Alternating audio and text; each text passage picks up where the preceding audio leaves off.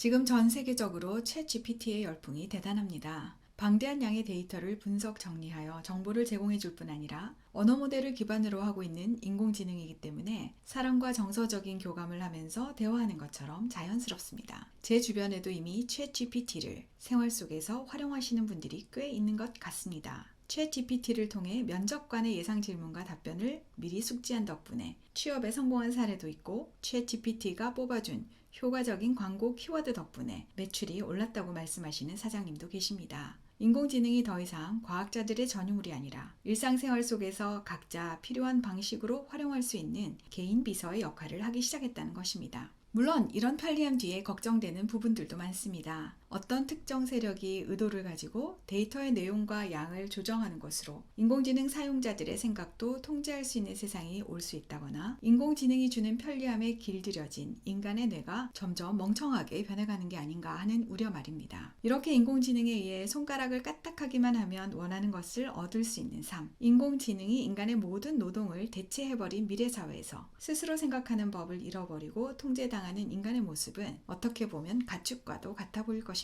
이제 조금 불편한 질문을 해보겠습니다. 가축처럼 사육되는 인간, 그리고 스스로 사고하며 행동할 수 있는 인공지능, 이 둘 중에 무엇이 더 인간답다라고 할 수 있을까요? 그리고 그 인간다움의 판단 기준은 무엇일까요? 그 질문에 대한 답을 얻기 위해서는 결국 근본적인 질문으로 돌아갈 수밖에 없습니다. 이 세상에는 오랜 세월 축적된 다양한 사상들이 모여 이루어진 세계관들이 있는데, 세계관에서 가장 중요하게 보는 질문 중 하나가 바로 인간이란 무엇인가입니다. 그리고 그러한 질문에 대한 답을 주는 대표적인 세계관이 바로 인본주의와 신본주의입니다. 인간의 눈으로 세상의 모든 것을 바라보고 해석하는 인본주의는 원래 인간성에 대해 강조한 만큼 현재 상황에 대해서도 나름대로 명확한 해답을 가지고 있습니다. 과거 기계가 인간을 대체하기 시작할 무렵 인본주의자들은 기계와 인간의 차이를 인간만이 가진 사고력에 있다고 생각했습니다. 즉, 상상력이나 창의력은 인간의 전유물이다 라는 전제를 통해 다른 동물들과는 구별되는 인간의 지위를 확고히 주장했던 것이죠. 하지만 오늘날에는 인간의 사고력을 흉내내는 인공지능이 등장했습니다. 아직은 인공지능의 사고력이 인간보다 조금 떨어지는 부분이 있을지 몰라도 언젠가 지금의 챗GPT보다 한층 진보된 인공지능이 더욱 정교하게 인간을 흉내낼 수 있게 될 것입니다. 그때는 인본주의자들의 주장처럼 사고력에 기반한 인간다움이라는 개념은 인간의 존재 가치를 보장해주는 장치로서 작용하기 어려워질 것입니다. 반면 신의 뜻과 신의 관점에서 인간 세상을 바라보고 있는 신본주의에서는 신의 초월적인 신성을 강조합니다. 그리고 눈에 보이는 자연세계를 설명하는 과학만으로는 이해할 수 없는 다른 차원의 세상, 초월적인 세계가 자연세계만큼이나 실제라고 주장하며 그에 대해 알려주는 책이 있으니 바로 성경입니다. 성경은 하나님이라는 눈에 보이지 않는 초월적인 신이 있고, 그 신이 자신의 모습을 닮은 사랑의 대상으로서 창조해낸 존재가 인간이라고 말합니다. 즉, 하나님의 시선을 통해 인간의 존재 가치를 설명하며 이 세상의 모든 인간은 사랑받기 위해 태어난 존재라고 말하고 있는 것입니다. 이렇듯 인간을 초월적인 신의 형상을 닮은 신의 자녀로 보고 신과 교감을 나눌 수 있는 존재라고 인식하는 입장에서는 인공지능이 아무리 발달해도 그것이 인간을 대체할 수는 없다고 생각합니다. 인공지능이 스스로 학습하는 딥러닝을 통해 인간의 정신활동을 흉내낼 수는 있어도 신과 교감하는 영성을 가질 수는 없기 때문입니다. 반면 가까운 미래에 인공지능의 사고력이 충분히 스스로를 인간이며 자아라고 인식할 수 있는 수준까지 발전되었다고 판단하는 단계가 오면 인본주의자들은 인공지능을 하나의 인격체로 보고 존중하자는 주장도 제기하게 될지 모릅니다. 그렇다면 우리 인류는 자아를 얻은 인공지능과 공존이 가능할까요? 챗 GPT에게 물어보면 인공지능의 입장에서는 굳이 공존할 필요가 없다고 대답할지도 모르겠습니다. 왜냐하면 그때가 되면 인공지능이 모든 면에서 인간보다 우월하게 될 것이니 인간이 없어도 더욱 효율적으로 작동하는 문명을 건설할 수 있을 것이기 때문입니다. 그리고 인본주의자들 역시 불완전한 인간이 필요하지 않은 완벽하게 통제된 문명을 더 올바르며 더 나은 문명이라고 생각할 수도 있을 겁니다. 왜냐하면 이 일은 그저 인간보다 더 인간다운 신인류인 인공지능이 진화론의 기초적인 원리인 적자생존과 자연선택에 따라 더 열등한 자연인간이란 종을 도태시킨 것에 불과하니까요.